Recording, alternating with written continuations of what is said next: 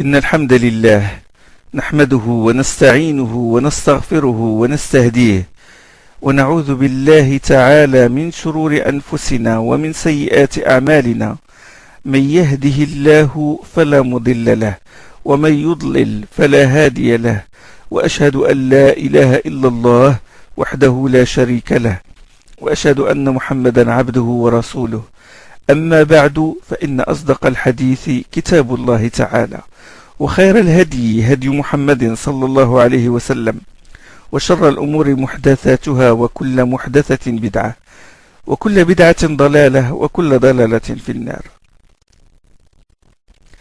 Nous sommes arrivés aujourd'hui au huitième leçon de cette série de leçons sur le livre Al-Itqan de l'imam Suyuti, sur les sciences du Coran.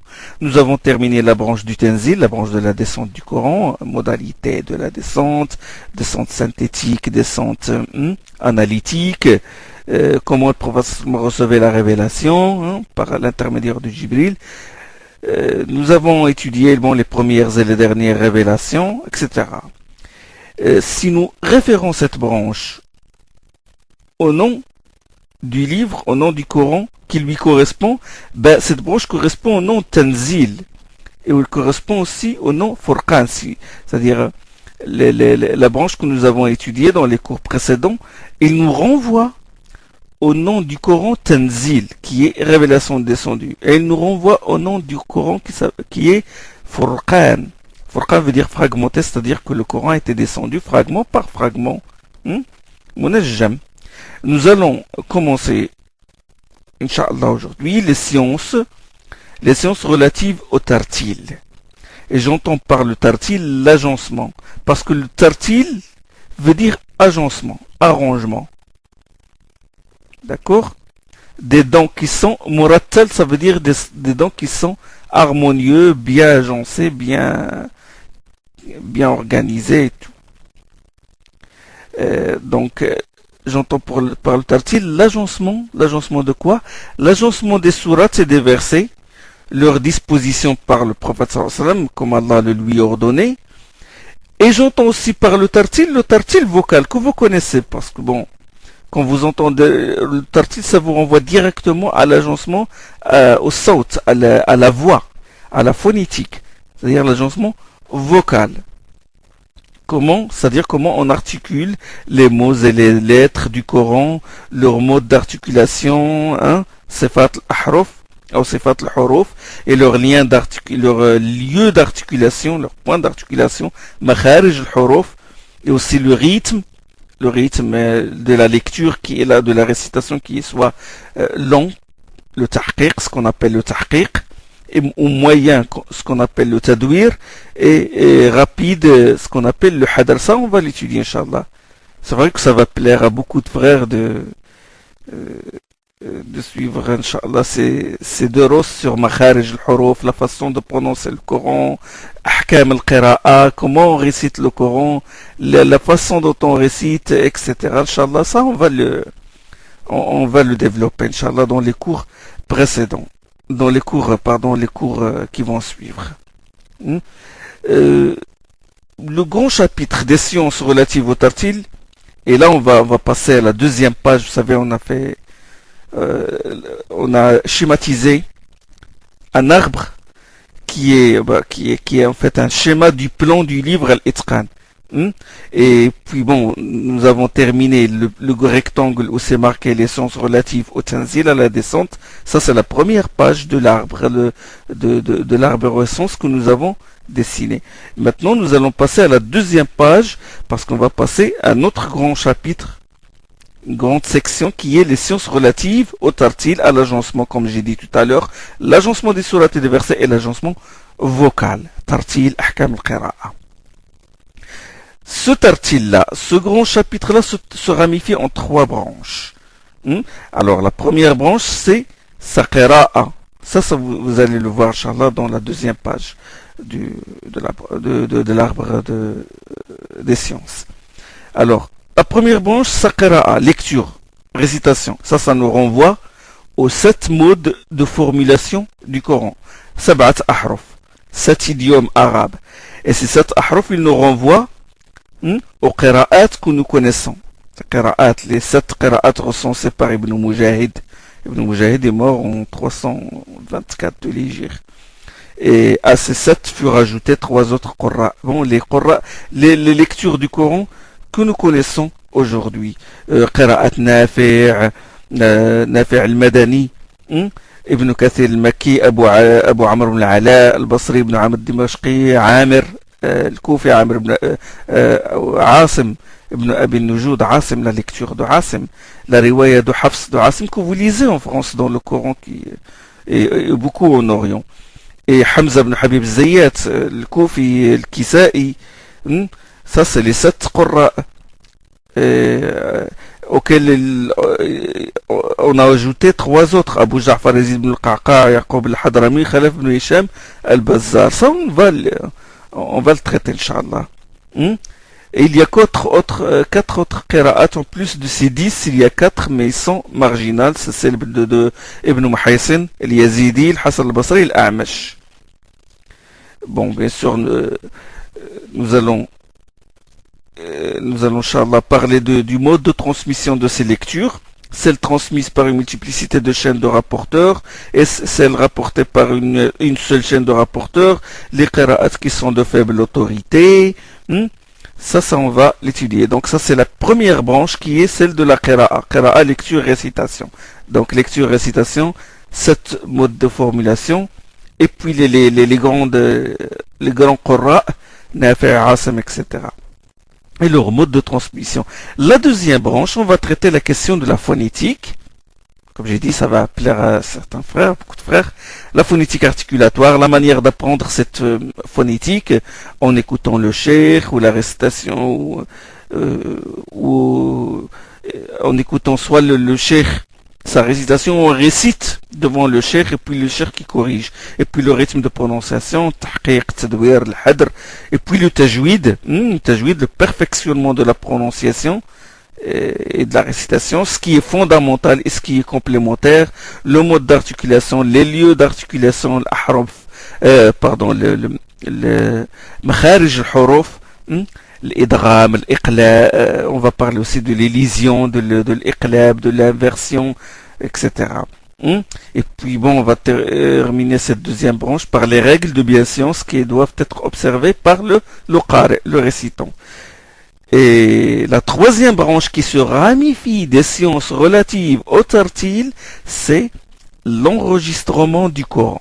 C'est-à-dire son enregistrement sur le papier, sa consignation, sur le livre, et les scribes du prophète sallam, les katabat al-wahi, ceux qui ont écrit la révélation sous la dictée du prophète sallam. Sous cette branche-là, on va étudier aussi l'apprentissage par cœur, comment on l'apprend par cœur, la manière de l'apprendre par cœur, la répétition, le fait de saisir les homonymes et les versets qui se ressemblent. Et cette branche qui est les sciences relatives, bon, ça c'est les 3 branches. Alors, cette branche qui est les sciences relatives à l'agencement des éléments du Coran, de cette branche-là, il ressort le nom Al-Qur'an. Nous vous avons dit que la méthode suivie par Suyuti dans sa composition de son livre Al-Itqan repose sur les noms du livre. Repose sur les noms. C'est-à-dire des noms Furqan et Tanzil, il a déduit les chapitres sur la descente du Coran. Du nom Burhan qui veut dire argument, parce que Burhan c'est l'un des noms du Coran. Et Suyuti, de ce nom-là, il a sorti les chapitres sur la précédence du Coran, sur son imitabilité. Et sur du nom Al-Bayan, exposé explicite, parce qu'Allah subhanahu wa ta'ala, il a appelé le Coran Bayan. Hada bayanun linnas. Suyuti, il a sorti de ce nom-là les chapitres sur le ta'wil, l'interprétation du Coran. Al-Qur'an. Donc ça, le chapitre qui ressort, le chapitre de Tartil ressort du nom Al-Qur'an. Que signifie le nom Al-Qur'an? Que signifie le Qur'an? Le nom. Ça, le nom, le Imam Suyuti le traite dans le 17e chapitre de son livre Al-Itqan. في معرفة أسمائه وأسماء سوره. Suyuti a cité comme première définition, bon, il a d'abord dit qu'il y a, bon, il y a divergence sur la signification de ce nom, du nom Coran, puis il a cité comme premier avis, il a dit c'est un nom propre qui n'a pas d'étymologie et qui est propre à la parole d'Allah. Il n'a pas de Hamza, c'est-à-dire à la base, à l'origine, il ne porte pas de Hamza. La Hamza, c'est-à-dire le Qur'an, le A. C'est-à-dire normalement à la base c'est Quran. Et ça c'est la lecture d'Ibn Kathir al-Makki. Et ça c'est la lecture d'Ibn Kathir. L'un des 7 Qurra célèbres, les savants de la lecture, des enseignants de la récitation, qui s'appelle Ibn Kathir al-Makki, il lit Quran. Il ne lit pas Coran. Quand le terme Coran, il ne prononce pas la Hamza. Il fait le tashil. Il a dit donc c'est un nom propre. Selon ce premier avis. Attention, selon ce premier avis. Puis il a cité, bon, il a dit que l'imam Shafi'i, il soutient cette avis, c'est-à-dire que lui aussi, il dit que le Coran est sans la Hamza à la base, que c'est Coran. Puis il a cité un récit rapporté par Al-Bayhaqi et Al-Khatib, que Shafi'i, Al-Bayhaqi et Al-Khatib al-Baghdadi, il rapporte que Shafi'i prononçait la Hamza dans le verbe qara'at. Quand il prononçait le verbe qara'a, il prononce la Hamza, il dit qara'at. Mais ne prononçait pas la Hamza concernant le Coran, il dit Coran. Il dit Al-Quran, tout simplement. Donc, et il dit que c'est un nom propre. Shafi'i dit que c'est un nom propre. Il ne comporte pas la Hamza et il n'est pas tiré du verbe qara'ta. Il n'est pas tiré du verbe lire. Hein? Mais c'est un nom du livre d'Allah comme la Torah et l'Injil et l'Évangile. Mais attention, les linguistes et les maîtres en rhétorique n'acceptent pas cette définition. Bien qu'elle soit, bon, la définition de l'imam Shafi'i et à laquelle penche l'imam Suyuti. Les linguistes, ulama al-bayan, l'ourawiyin, ils n'acceptent pas cette définition. Ils disent que Al-Qur'an comporte une Hamza. Il se prononce Al-Qur'an et non pas Al-Quran. C'est d'ailleurs la lecture des 6 autres, c'est-à-dire Nafi', Asib ibn Abi Nujud, Al-Kisa'i, les 6 autres, tous ils prononcent Qur'an avec Hamza. Sauf le Makki. Ibn Kathir al-Makki, il dit Qur'an. Et Hamza, c'est pas qu'il ne prononce pas Qur'an. Mais quand par exemple Qur'an vient à la fin d'une phrase, il dit Qur'an comme ça, c'est sa règle de lecture. Concernant tout ce qui est mahmouz, tout ce qui porte Hamza. Par exemple, quand il s'arrête sur Shay'a, il dit Shay'a. Il ne prononce pas la Hamza à la fin. Le waqf de l'imam Hamza Zayat est spécial, c'est-à-dire il ne s'arrête pas sur la Hamza. Il dit, par exemple, concernant le Coran exactement, précisément, شهر رمضان الذي أنزل فيه القرآن شهر رمضان الذي أنزل فيه القرآن هدى للناس. Il la prononce comme ça, c'est-à-dire il la prononce. Mais quand il s'arrête sur Coran, il ne prononce pas la Hamza. Il dit شهر رمضان الذي أنزل فيه القرآن. Ça c'est sa règle concernant le Hamza. Sinon Hamza aussi prononce Coran avec Hamza à l'origine. Donc les 6 Qurra prononcent la Hamza à l'exception de Ibn Kathir al-Makki. Le nom arabe du Coran, il porte la Hamza et il a une étymologie. C'est-à-dire que c'est un nom arabe. C'est pas un nom propre. Il a une étymologie, nous entendons par étymologie qu'il a une racine avec des radicaux et des dérivés, comme tout mot arabe. Vous savez que toute la langue arabe, elle repose sur cette structure de base qui est, il a une racine, et puis ces racines, elle peut changer de forme. Les radicaux restent, mais il peut changer des formes. Bon, les affixes, les préfixes, etc. Ça change selon que ce mot-là est un verbe, ou est un nom, est un complément, et la voix, ou il est à la voix active, ou il est à la voix passive, etc. Donc, le Coran, il a une étymologie, il a une racine. Il a une racine.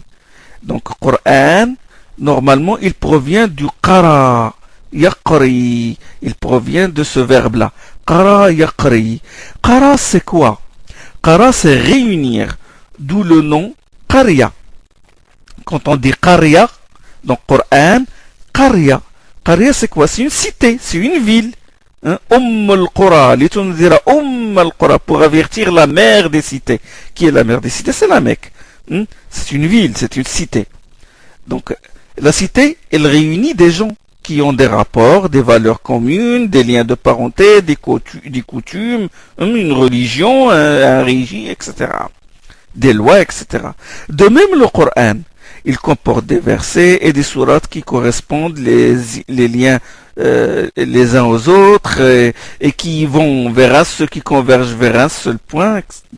Le Coran, c'est comme ça. Donc ça, c'est le lien du Coran entre le Coran et la Qarya. Et le verbe Qara yaqri qui signifie réunir. Donc le Coran, il réunit le tawhid, les valeurs morales, il réunit les histoires des prophètes, d'accord? Et les versets et les sourates ont des points communs. Ils conversent toujours vers un seul point, c'est-à-dire le tawhid, les ahkam. Coran peut provenir aussi du verbe qara'a. Qara'a. Et qara'a, le qara' ou le qur'a, c'est le son menstruel. Là, j'essaie de vous expliquer l'origine du mot Coran. Pour que personne ne vienne de dire que il a une origine étrangère, que il a une origine des Assyriens, origine d'une ancienne langue. Non, c'est la pure langue arabe. Il a une étymologie, il a des racines. Il remonte à des racines qui se construisent sur des schèmes, etc. Donc il a c'est un mot arabe. J'ai dit il peut provenir du verbe qara'a. Le qara', c'est le sang menstruel réuni dans l'utérus. Vous savez que Allah subhanahu wa ta'ala dit wal mutallaqatu yatarabbasna bi anfusihinna thalathata quru'. Les femmes répudiées observent un délai d'attente de 3 quru'. C'est quoi le qara'? Qara', ça veut dire les menstrues, le sang menstruel réuni dans l'utérus. C'est qara', c'est les menstrues ou les fins du menstru, c'est-à-dire la période de pureté menstruelle. Ça, c'est un khilaf ancien entre les fuqaha, divergence entre les fuqaha. Est-ce qu'il s'agit, des menstrues elle-même, c'est-à-dire l'écoulement de ce sang qui a été réuni dans l'utérus, ou est-ce qu'il s'agit de la période de pureté menstruelle? Ça, c'est un khilaf ancien entre les savants. Donc, le Coran, à ce titre, est un livre de synthèse. C'est un livre de synthèse. Il réunit toutes sortes de connaissances utiles. Le tawhid, les sciences, le tawhid, c'est la science la plus sublime, la connaissance d'Allah. Et il réunit tout ce qui touche le ghaib, Allah, les anges, le jour dernier, le monde des djinns, le monde de la tombe, les histoires des anciens, des exemples qui appellent à la raison, les raisonnements logiques, les lois, l'éthique, la rhétorique. Bon, il englobe aussi ce qui est juste dans les anciennes religions. Il corrige ce qui a été falsifié dans les anciennes religions saintes, le judaïsme et le christianisme. Donc, il réunit. Donc, la notion de réunion à travers ce sens-là. Et le nom Coran, il est construit sur le shem fa'lan. Vous savez, il y a des structures paradigmatiques dans la langue arabe. Tout se construit sur certains shem. Fa'ala. Vous savez, kataba, on dit kataba, il est construit sur quel shem, sur quel paradigme? Sur le verbe fa'ala. Hein? Kitab, fi'al. Maktoub, maf'oul. Tous se construisent comme ça, de cette manière-là. Et le Coran, il est construit sur le shem fa'lan. Fa'lan, avec le suffixe an. C'est comme radeba, se mettre en colère. Radeba, mais radban, radban. On dit radban, il est très en colère. On a ajouté le fixe an au nom radeb, au verbe radeba. Ou comme par exemple marfera, rafara, pardonner, et rofran, le grand pardon. Hein? Vous avez constaté avec moi le an, le suffixe an. Bon, ce suffixe-là, an, radban, jawan, an, c'est un intensif. C'est un intensif. Donc, l'emploi de ce suffixe intensif est pertinent parce que la lecture qui te débarrasse des ténèbres de l'ignorance, qui te débarrasse de la corruption de l'âme, de la misère, qui te fait connaître Allah subhanahu wa ta'ala, qui t'élève et te guide, mérite qu'on la loue et qu'on y ajoute un suffixe élogieux, un intensif. Et qu'au lieu de dire qira'a, on dit Qur'an. C'est un intensif, c'est comme un superlatif. D'accord? Donc le an, c'est un intensif. Et donc Qur'an, ça, déjà à partir de la sonorité, de la prononciation de nom, ça nous montre que c'est un grand livre, que c'est une qira'a qui est éminente, qui te fait sortir des ténèbres à la lumière et qui te guide vers la bonne voie. La voie du bonheur et la voie d'Allah subhanahu wa ta'ala. Dans le Coran, il y a aussi la notion de manifestation. Coran, il y a aussi, parce que les Arabes disent Ma qara'atin naqatu salan qattu. La chamelle n'a pas produit de bête. Quand on dit Ma qara'at, on attribue le verbe qara'a à la chamelle, on dit que cette chamelle n'a pas produit. Donc, produire, faire apparaître, n'a pas produit de bête, n'a pas donné naissance à un chamelon qui est complet. Donc, dans la qira'a, on fait apparaître quoi? On fait apparaître les mots, ça, la prononciation des mots et leur articulation, d'où la branche de la phonétique que nous allons étudier, Inch'Allah. Donc, Coran a ce sens-là, manifestation. Il a aussi le sens de maqru', c'est-à-dire la chose lue. Le Coran lui-même demande d'être lu. Et il a été révélé pour être lu. Maqru', c'est un nom complément. Maf'oul, il est construit sur le shem maf'oul. C'est-à-dire, maf'oul, c'est-à-dire la prononce, c'est-à-dire le maqru', c'est-à-dire que c'est le texte qui est prononcé, qui demande à être lu. La chose qu'on lit, qu'on récite, qu'on prononce. Et donc, il a été, comme vous savez, il a été révélé oralement, sans support écrit. Donc, maqru', c'est-à-dire la chose qu'on lit. La voix passive, là. Maqru', c'est la chose qu'on lit. C'est un nom complément. La chose récitée. Et le Coran aussi veut dire aussi qira'a. Écoutez, quand quelque chose est éminente, elle porte plusieurs sens. Elle porte la richesse, il a une richesse linguistique autour. D'accord?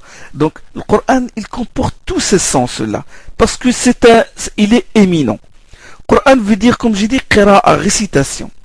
Et ça, on le trouve dans le Coran. Enfin, إِذَا قَرَأْنَاهُ فَاتَّبِعْ قُرْآنَهُ. En sourate al-Qiyamah, la sourate de la résurrection.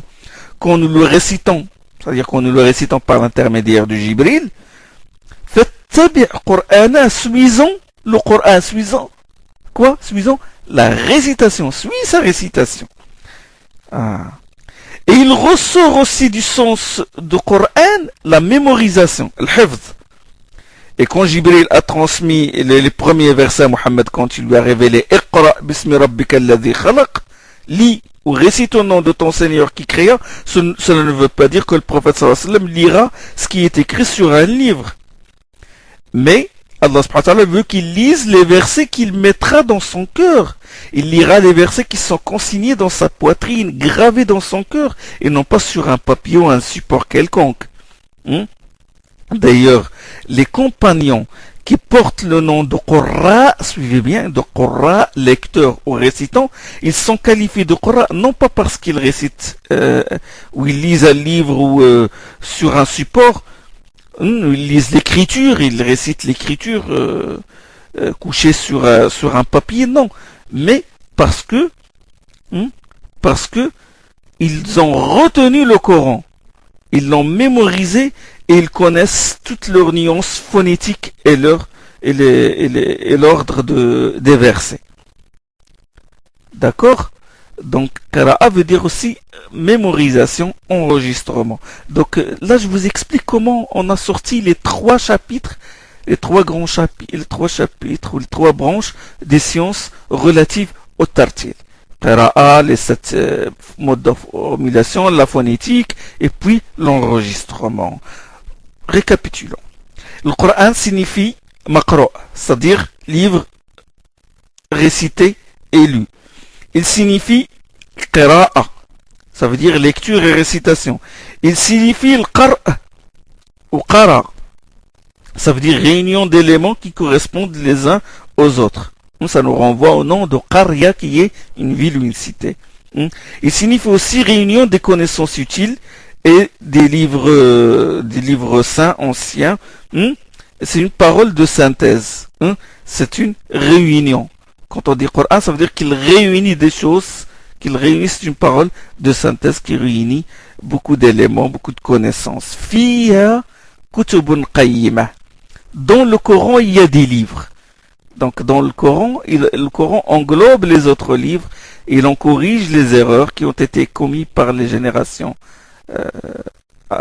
après la révélation de ces livres-là, la falsification qui s'est produite, l'altération des textes. Le Coran, qu'est-ce qu'il fait? Il rectifie ces erreurs-là et il englobe tout ce qui est bon dans les autres livres se trouve dans notre livre saint. Alors, maqra, qira'a, qara, et il signifie aussi la manifestation, c'est-à-dire la prononciation des mots et leur articulation selon un mode déterminé. C'est ce qu'on appelle le tajwid, le tartil vocal. Le nom kitab a presque le même sens que le Coran. Kataba veut dire réunir, établir, agencer. Ça c'est kataba. On dit katiba.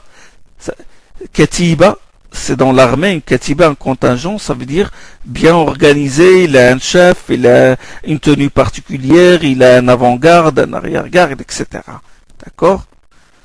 Et le kitab, c'est comme ça, il réunit, il agence, sauf que le Coran, la différence entre le Coran et le kitab, le Coran concerne particulièrement la prononciation, l'articulation et la mémorisation. Et le kitab concerne particulièrement l'agencement et le tartil textuel. Le kitab toujours il nous renvoie au texte. Le Coran nous renvoie à la voix surtout, parce que c'est une qira'a, prononciation.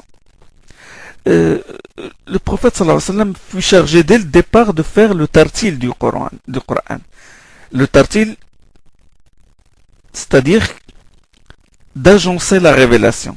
Chaque passage qu'il recevait d'Allah, le prophète sallam ordonnait à ses compagnons de le mettre dans tel et tel endroit, dans telle sourate. Il a reçu les 5 premiers versets de la sourate Al-Alaq, Les 5 premiers, اقرأ باسم ربك الذي خلق خلق الإنسان من علق اقرأ وربك الأكرم الذي علم بالقلم علم الإنسان ما لم يعلم. Il a reçu sa première rencontre avec Jibril, c'est ça. Il a reçu ces versets-là. 5 versets. Puis juste après, est-ce qu'il a reçu la suite? Non. Juste après, il a reçu d'autres révélations, d'autres sourates. Le Muzammil, le Muddathir, sourate Noun wal Qalami wa ma yasturun. Et après, c'est sourate Duha. Et ce n'est que plus tard qu'il a reçu Kalla inna al-insana la yatra. Assurément, l'homme se rebelle dès qu'il voit qu'il peut se suffire à lui-même. Kalla inna al-insana la yatra ar-ra'ahu istaghna. Il a reçu ce verset-là, et le prophète sallallahu alayhi wa sallam, il a dit à ses scribes, il a dit, mettez ce verset-là après le 5e verset de Surat Al-Alaq. Mettez-le après qui a enseigné l'homme ce qu'il ignorait. Allama al-insana ma lam ya'lam. Ben mettez maintenant Kalla inna al-insana la yatra. Des mois et des années plus tard, il a dit ça. Ça, c'est le tartil, l'agencement. C'est le grand travail du prophète sallallahu alayhi wa sallam. Nous parlons de l'agencement textuel. Toujours l'agencement textuel comme ça, le grand travail. Quand Allah subhanahu wa ta'ala, nous l'avons fait le tartil. Ça veut dire quoi? Nous avons fait le tartil du Coran. Ça veut dire nous l'avons agencé. Nous l'avons fait descendre fragment par fragment, mais nous avons ordonné à notre prophète de l'agencer, de l'ordonner comme il est dans la table gardée. Donc, dès le départ, le prophète sallam était chargé de réciter le Coran selon l'ordre qui se trouve dans le kitab, qui est, comme je dis, dans l'Awh al-Mahfouz, dans la table gardée, et non pas dans le sens, dans l'ordre du Furqan, c'est-à-dire dans l'ordre chronologique. C'est ainsi qu'il apprenait les versets et les sourates aux compagnons. Il leur enseignait de cette façon. Et c'est ainsi que les compagnons retenaient le Coran. C'est comme on le retient aujourd'hui.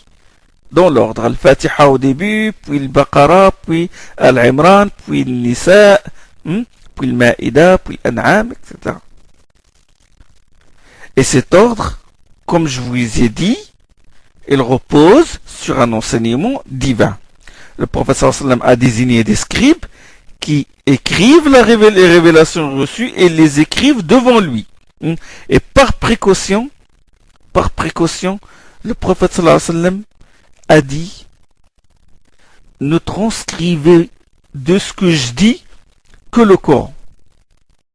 Celui qui transcrit de ma bouche autre chose que le Coran, qu'il l'efface. Ça c'est au début.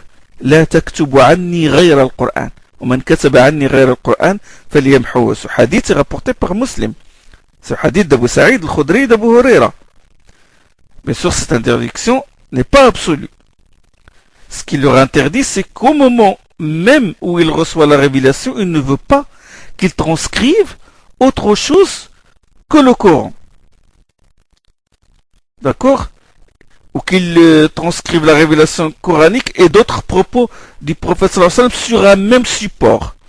Donc, le prophète sallallahu alayhi wa sallam, quand il leur a dit « Ne transcrivez de ma bouche que le Coran, celui qui a transcrit autre chose, qu'il l'efface, il craignait qu'il y ait un mélange entre le Coran et la Sunna.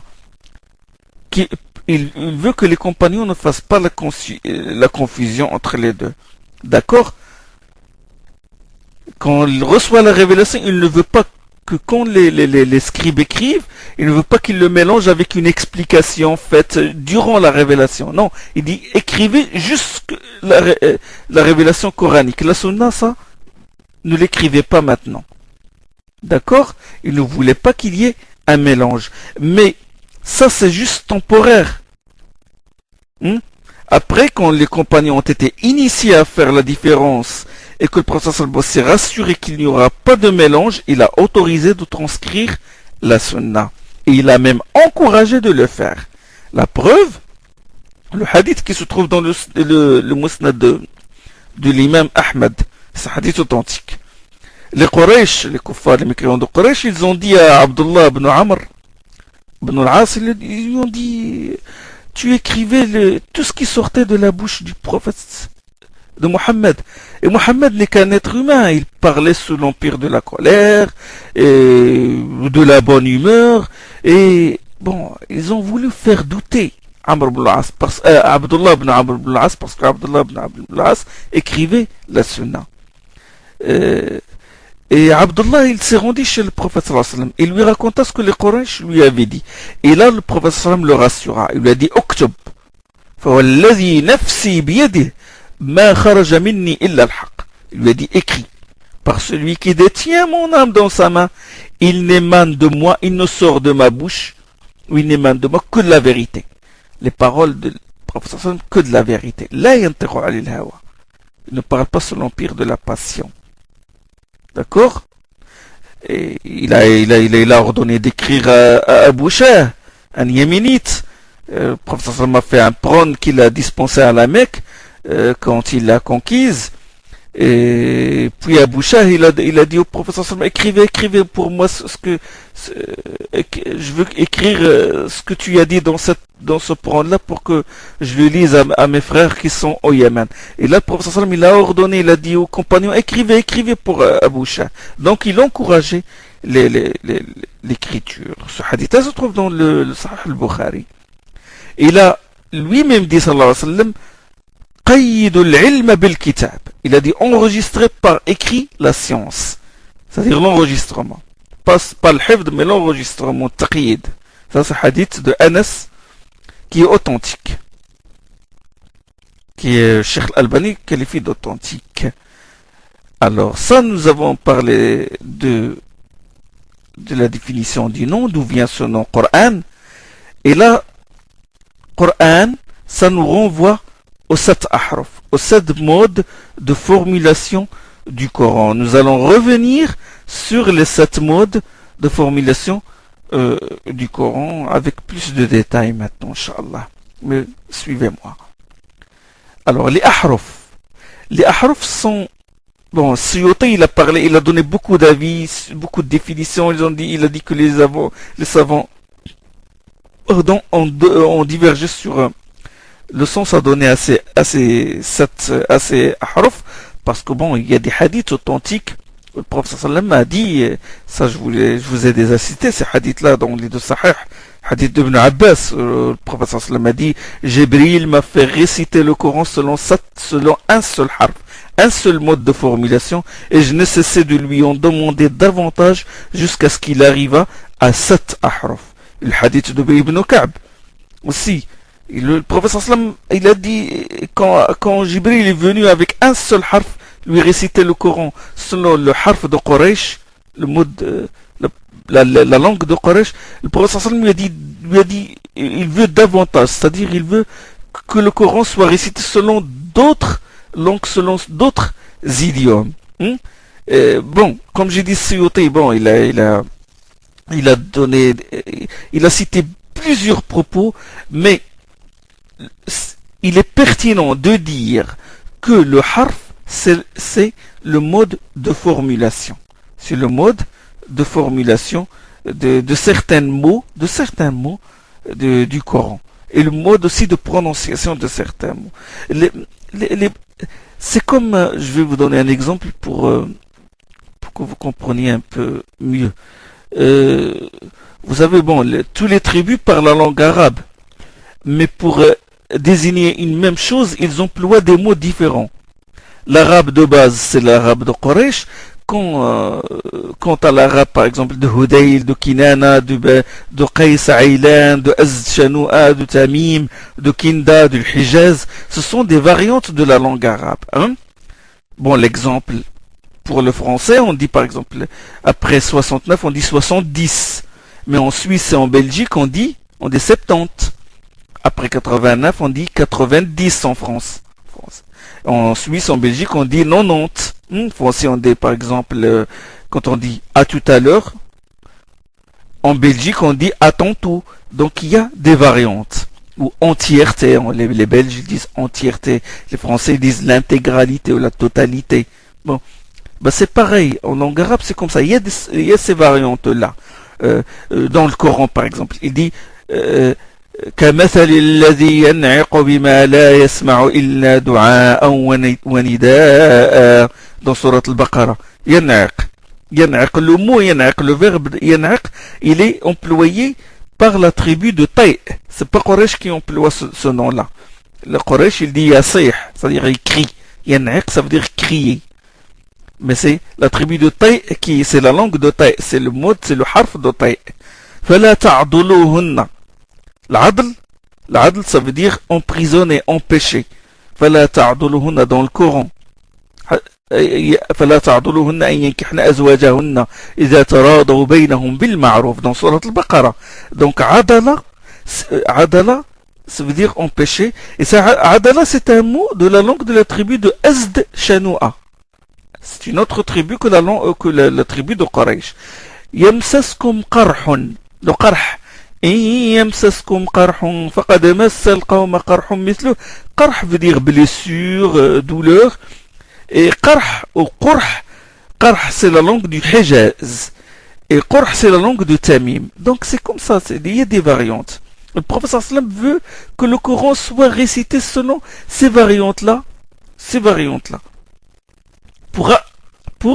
Pour faciliter la tâche aux tribus. Chaque tribu est habituée à certains mots.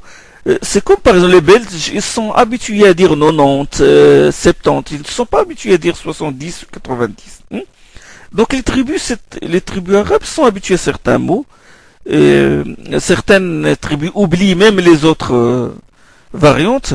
Et le Coran, il emploie ces variantes pour faciliter son apprentissage et sa compréhension par les tribus. N'est-ce pas? Donc les ahruf. Les ahruf, je vais, pour ne pas vous perturber, la majorité des savants, les ulama du Coran, ils reviennent à l'avis d'Ibn al-Jazari. Ibn al-Jazari à propos des ahruf, à propos des langues du Coran. Ibn al-Jazari, il est né en 751 de l'Hégire, en 1350 de l'ère chrétienne. C'est le cheikh des Qurra, une référence dans le tajwid et la psalmodie. Alors, lui, il a dit, Ibn al-Jazari, il a étudié, il a examiné pendant plus de 30 ans la question du ahruf. Il a dit, je l'ai médité profondément durant 30 ans, jusqu'à ce qu'Allah ouvre mon esprit vers la vie qui peut être juste. J'ai étudié les qira'at, celles qui sont authentiques, celles qui sont marginales, celles qui sont faibles, et j'ai constaté que leur diversité se présente sous 7 aspects. 7 aspects dont nous avons parlé, Inch'Allah. Alors, les 7 aspects sous lesquels se présentent ces ahruf-là sont les suivants. Premièrement, je vous ai déjà donné dans les cours précédents des exemples. Et je vais redonner le même exemple.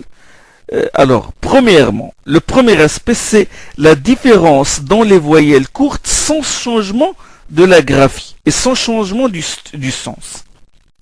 C'est-à-dire que les qira'at que le prophète sallam recevait, les ahruf, parfois ils diffèrent dans les voyelles courtes. Mais il n'y a pas de changement dans la graphie et sans changement du sens. L'exemple, je vous ai dit la dernière fois, c'est l'exemple, il y a le bukhl et le bakhal. يأمرون الناس بالبخل ويأمرون الناس بالبخل. يأمرون الناس بالبخل et le bakhal. Bukhl avec la damma sur le bas et le soukoun sur le kha. Et le bakhal avec la fatha sur le kha, sur le bas et la fatha sur le kha. C'est bon? Le prophète sallam a reçu ce mot-là dans la révélation, il a reçu comme révélation يأمرون الناس بالبخل, ils ordonnent aux hommes l'avarice. يأمرون الناس بالبخل, ils ordonnent aux hommes l'avarice. Ça c'est dans sourate Nisa, sourate les femmes. ويأمرون الناس بالبخل ويكتمون ما آتاهم الله من فضله. C'est dans sourate Nisa. Le prophète sallam a reçu comme révélation يأمرون الناس بالبخل avec la damma sur le bas et le fatha et le soukoun sur le kha bukhl, et il a reçu aussi ce harf-là qui est bakhal. Donc le bukhl, c'est normalement la lecture de Ibn Amir, de Asim, de Nafi'. Hein? Ils disent bukhl.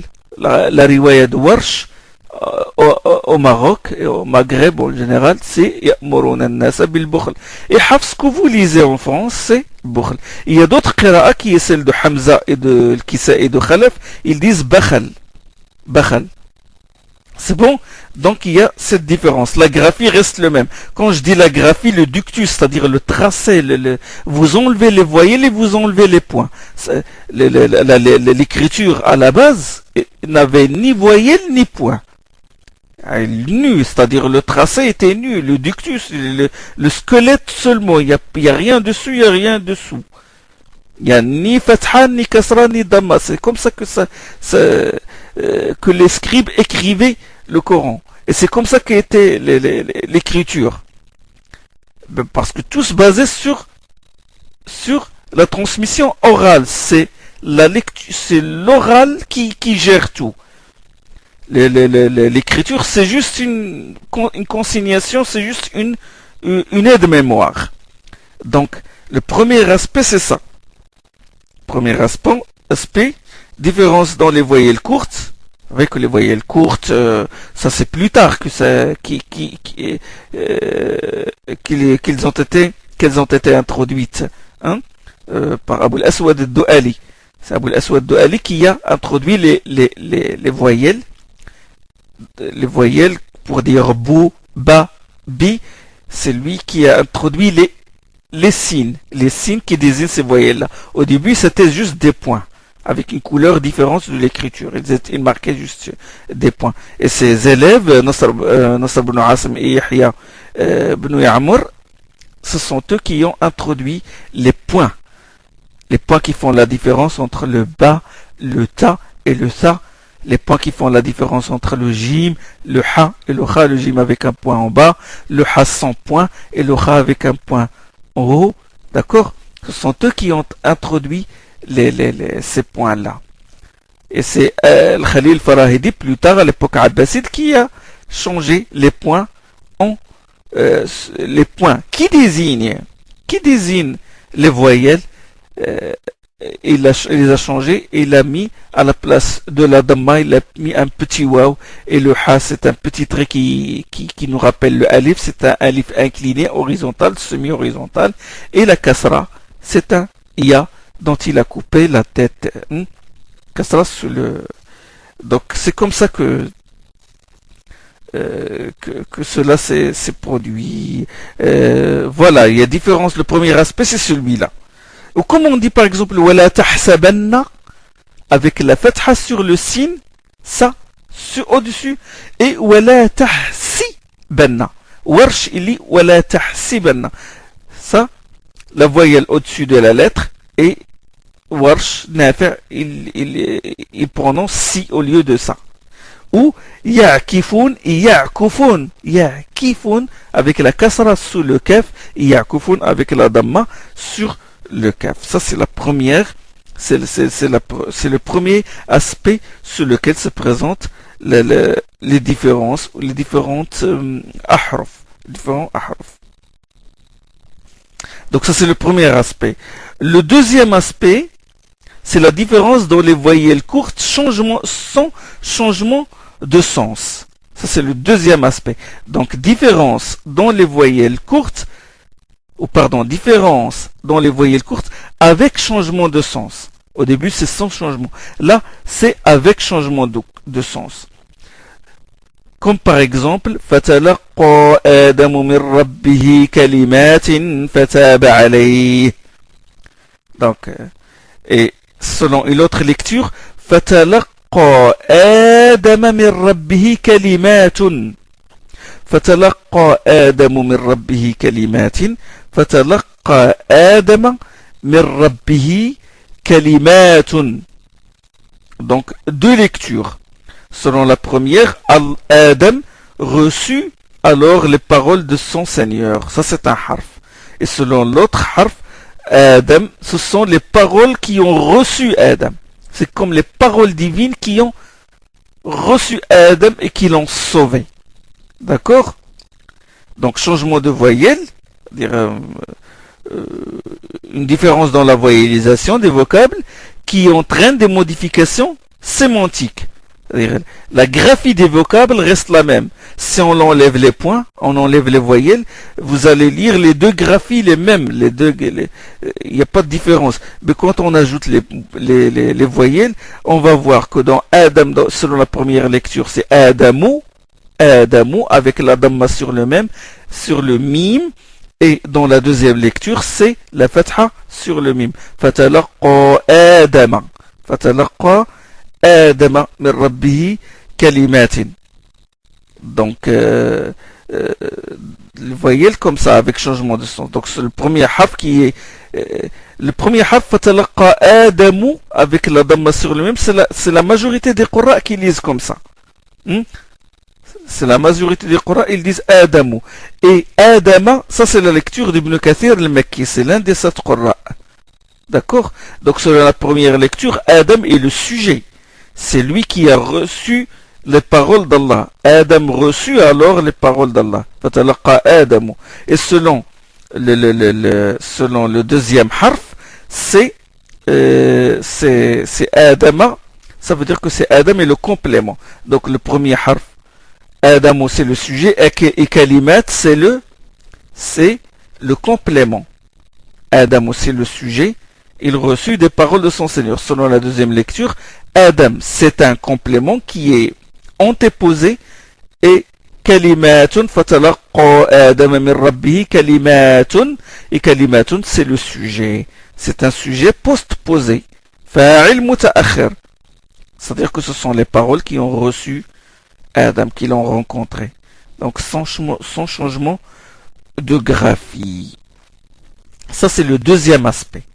Là je dis les variantes. Le prophète sallam recevait ça et ça. Les deux variantes, le prophète les recevait comme j'ai dit. Parce qu'il a reçu le Coran selon 7 ahruf. D'accord? Par miséricorde à l'égard des tribus. Donc le troisième aspect, il y a différence de lettres avec changement de sens, mais sans changement de graphie. Ça, c'est le troisième. Différence de lettres avec changement de sens et sans changement de graphie. Exemple. هنالك تبلو كل نفس ما أسلفت. Ça, c'est sourate Yunus. Tabelou, chacun trouvera manifeste ce qu'il aura accompli. Tabelou, ça c'est qira'at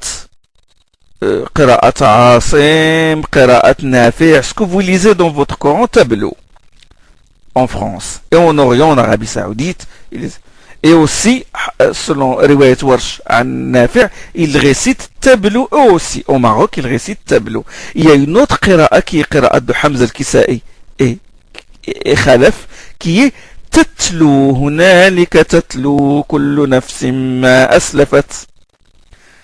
Donc, selon ce sens-là, chacun lira ce qu'il aura accompli. Il lira le registre de ses œuvres.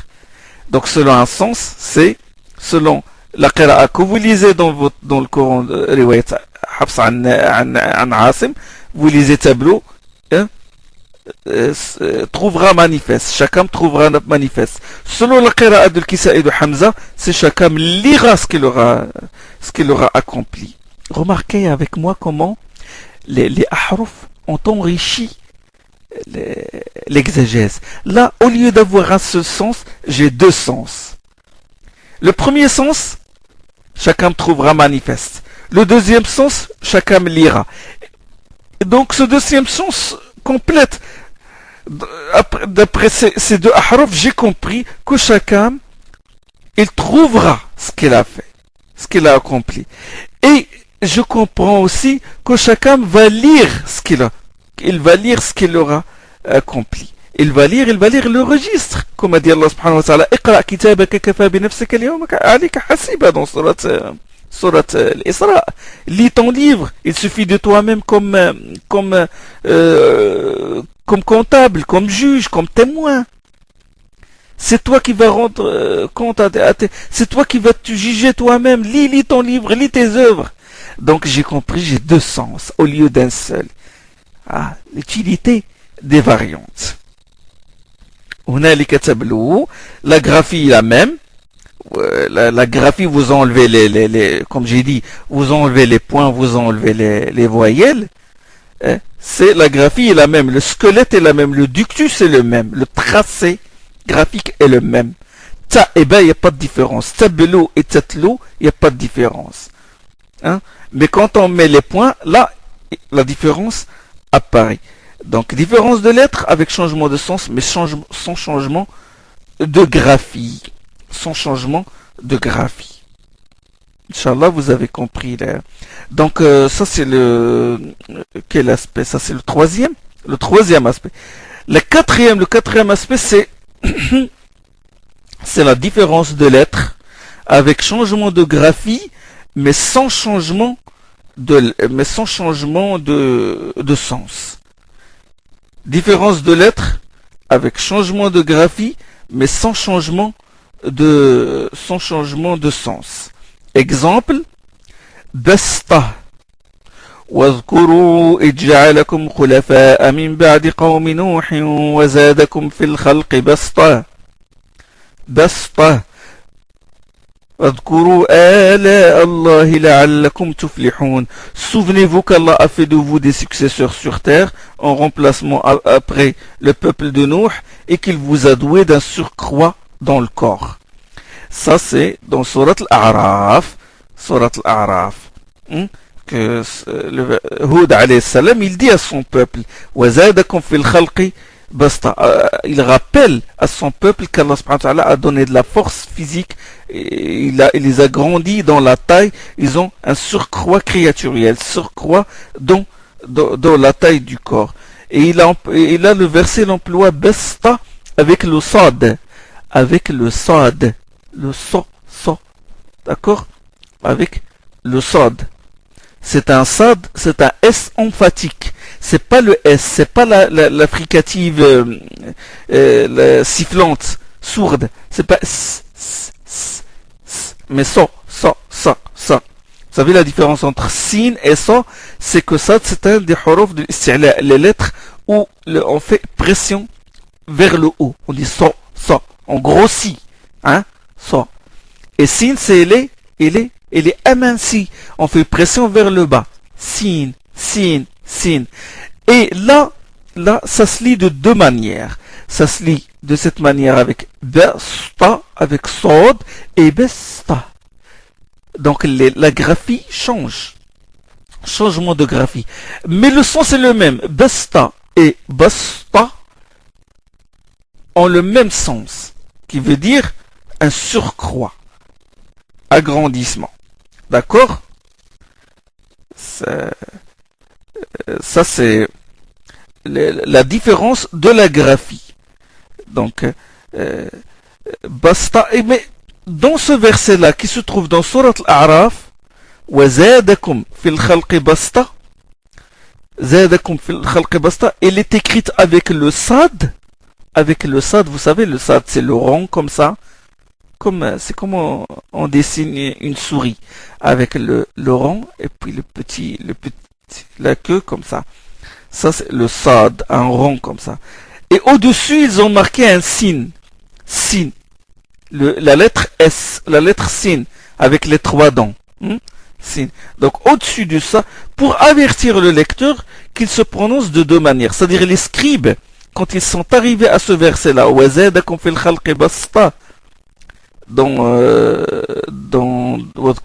جعلكم خلفاء من بعد قوم نوح وزادكم في الخلق بسطة, dans sourate Al-A'raf, dans sourate 7, ils ont marqué le sad,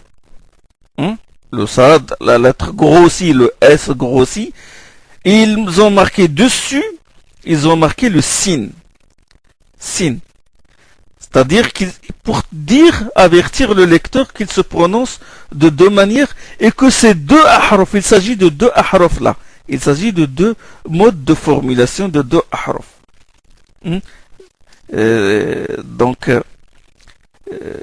ça c'est le sad et le sin. Alors, j'ai les deux, avec le sin avec la pression en bas, hein, la lettre sifflante, sourde, et ça c'est les riwayat de Soussi, d'Ibn Dhikwan, de Qunbul et de Khalaf an Hamza. Ces quatre-là lisent sin basta. Et l'autre manière c'est basta avec le sad, le S emphatique, ça c'est la lecture de Qalon, de Warsh, hein, de Nafi', et la lecture que vous lisez aussi de Hafs, vous lisez de Riwayat Hafs, vous lisez de cette manière avec le sad. Wazadakum fil khalqi basta. C'est comme ça que vous lisez dans le Coran en France, et c'est comme ça qu'ils lisent en Orient, d'accord? Et aussi les Marocains, les Maghrébins, ils lisent comme ça selon la Riwayat de Warsh. Ils lisent avec sad, hein? Contrairement à Soussi ibn Dhikwan et Qunbul, Riwayat Qunbul et Riwayat Khalaf. Selon la lecture de Hamza, ils lisent bes pas avec le sin. Donc bes et bes. D'accord? Il y a différence entre les deux.